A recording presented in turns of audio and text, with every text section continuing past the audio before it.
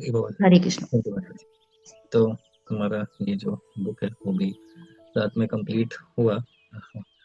तो लास्ट में भी यही चीज़ बताया जा रहा था कि कोई कृष्ण भावनामृत आंदोलन है, यहाँ पे किसी भी मेंटल स्पेकुलेशन का कोई रोल नहीं है।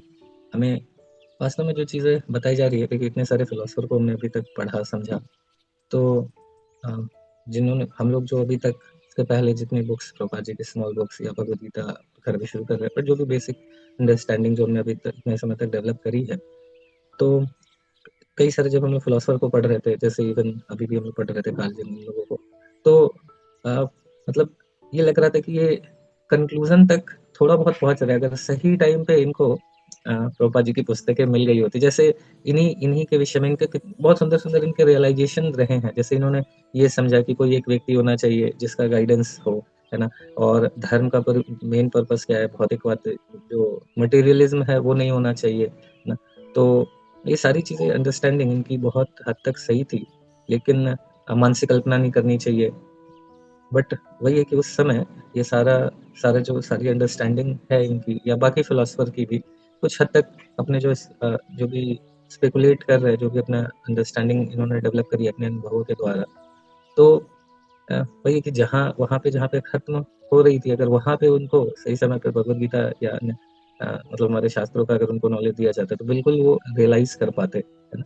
तो मतलब बहुत इम्पोर्टेंट रहा है जो भी डिस्कशन हमने इस बुक के माध्यम से किया, कि क्लैरिटी अगर अच्छे से सारी फिलॉसफी वगैरह को हम पढ़े तो हमको देन रियलाइज होगा कि वास्तव में हमारा कितना बड़ा सौभाग्य है ना, कि हम लोग अल्टीमेटली हमें ये कृष्ण कॉन्शियसनेस से कनेक्ट होने का अवसर मिल रहा है, और ये परफेक्ट फिलॉसफी के साथ, है ना। मतलब कोई भी यहाँ पे मेंटल स्पेकुलेशन नहीं है किसी का। जस्ट प्रभुपाद जी क्या बता रहे हैं, भगवान जो चाहते हैं, भगवान जो कहते हैं उसी चीज़ को एक्सप्लेन कर रहे हैं, और बिल्कुल परफेक्शन के साथ सारी चीज़ों को हमें जानने का अवसर मिल रहा है। तो इतने सारे फिलोसफर्स को भी पढ़ने समझने से मैं यही समझा कि वो बेचारे कहीं ना कहीं अटक जाते थे अपने सारे अनुभव से। एक्चुअली एक्सपीरियंस टीचर तो है, बट बहुत कॉस्टली टीचर है।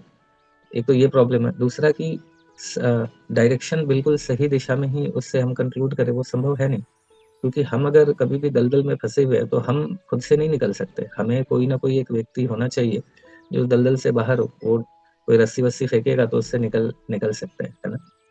तो वही गुरु का रोल है ना। और वो फिर वो व्यक्ति भी अपने अगर सिर्फ वो खींचे तो कई बार अगर दलदल में फंसा हुआ व्यक्ति ज्यादा भारी है तो पता चला उसको भी खींच लेके उसको भी दलदल में खींच लेगा उसको खींचने के चक्कर में। तो व्यक्ति भी किसी और से कनेक्ट होना चाहिए, है ना, और ऐसे करके भगवान से जब कनेक्टेड है तभी किसी को दलदल से निकाला जा सकता है। तो बहुत महत्वपूर्ण है ये, जो हमें जो चीज़ें मिल रही हैं गुरु शिष्य परंपरा के माध्यम से। तो वी आर सो फॉर्चुनेट, तो हम इन चीज़ों को बहुत अच्छे से समझे, है ना, हृदय दे के समझे, है ना, सरेंडर करके समझे डेफिनेटली। जैसे यहाँ पे भी बताया जा रहा था, प्रभुपाद जी लास्ट में बोल रहे हैं कि हमें शास्त्रों को जो बताया जा रहा है उसको एक्सेप्ट करना चाहिए, है ना। मेंटल स्पेकुलेशन अपने मन से नॉर्मली लोग क्या सोचते हैं कि जैसे पूजा पाठ करते भी हैं, बहुत सारे लोग पूजा पाठ तो करते हैं, बट ये समझ नहीं पाते कि ये अल्टीमेटली एक्चुअली भगवान सिर्फ हम किसी कोई पाठ करने से प्रसन्न बहुत ज्यादा नहीं होंगे, है ना। ये पाठ करे वो पाठ करे, मतलब अच्छा है डेफिनेटली, बाकी जो नहीं कर रहे उनसे तो अच्छा है, लेकिन ये भी समझना होगा कि भगवान का मतलब भगवान की जो भगवत गीता दी है इसको समझने और जीवन में उतारने के लिए दी है, और ये बहुत महत्वपूर्ण है कि हम अपने मेंटल स्पेकुलेशन, हम कई बार रिलीजियस बन के थोड़ा बहुत पढ़ते भी हैं, बट एप्लीकेशन वाला पार्ट नहीं हो पाता है। हमें समझना होगा कि हमारा एक भक्त के लिए कोई भौतिक जीवन, आध्यात्मिक जीवन, भक्ति का जीवन, ऑफिस का जीवन सब एक ही है। तो वास्तव में सब एक है, मतलब कोई कोई मटेरियल लाइफ और स्पिरिचुअल लाइफ अलग नहीं है डिवोटी के लिए। उसके लिए एक ही लाइफ होती है स्पिरिचुअल लाइफ। ऐसा नहीं है कि वो ऑफिस में जाके कुछ मटेरियलिस्टिक व्यक्ति बन जाएगा, एक ही जीवन है हमारे पास, है ना। वो अलग अलग नहीं बन सकते। तो हम जो शास्त्रों को पढ़ रहे हैं, हमारे बाकी उसका एप्लीकेशन अगर हम हर जगह, चाहे अपने परिवार के बीच में हो, ऑफिस के बीच में हो, फ्रेंड्स के बीच में हो, कहीं पे भी हो, जो हम पढ़ रहे हैं जब उसका एप्लीकेशन हम हर जगह लगाएंगे तो देन फिर हर कुछ स्पिरिचुअल बन जाएगा। समझ रहे, सिर्फ हम आधे घंटे जो पूजा कर रहे हैं सिर्फ वो स्पिरिचुअल एक्टिविटी नहीं है। पूरा उसका एप्लीकेशन पूरे दिन भर हम लगाएंगे तो हमारा 24 घंटा स्पिरिचुअल हो जाएगा, है ना। तो इन यही वास्तव में भक्ति का मतलब है कि हम इन चीज़ों को पढ़े समझे, अपने मेंटल स्पेकुलेशन को त्याग दें, जो अभी तक हम करते रहे कि ऐसा करते हैं वैसा करते हैं, और इसको त्याग के शास्त्रों के जो इंजेक्शन है, जो शास्त्र में बताए जा रहे हैं, उसको हम लोग ध्यानपूर्वक एक तो अपना इंटेलिजेंस लगा के उसको समझने का प्रयास करें। नहीं समझ में आ रहा है तो फिर डिस्कस करें, बट उसको समझें और अप्लाई करें। अप्लाई करें, जैसे बार बार मैं यही पॉइंट हमेशा बोलता हूँ कि डिवोटी के लिए कोई भी परिस्थितियां फ्रस्ट्रेटिंग नहीं हो सकती है। वास्तव में एक भक्त के लिए कोई भी परिस्थिति फ्रस्ट्रेटिंग नहीं हो सकती है। बस यही है कि उस परिस्थितियों को हम समझ नहीं पा रहे हैं, इसलिए परेशान हो रहे हैं। अदरवाइज एक भक्त के लिए, क्योंकि उसका कुछ भौतिक है ही नहीं ना, तो हर कुछ आध्यात्मिक ही है, बनाना है हमें, फिर कुछ भी फ्रस्ट्रेटिंग नहीं है। फिर हर परिस्थितियां है ना, हर कुछ भगवान की कृपा है।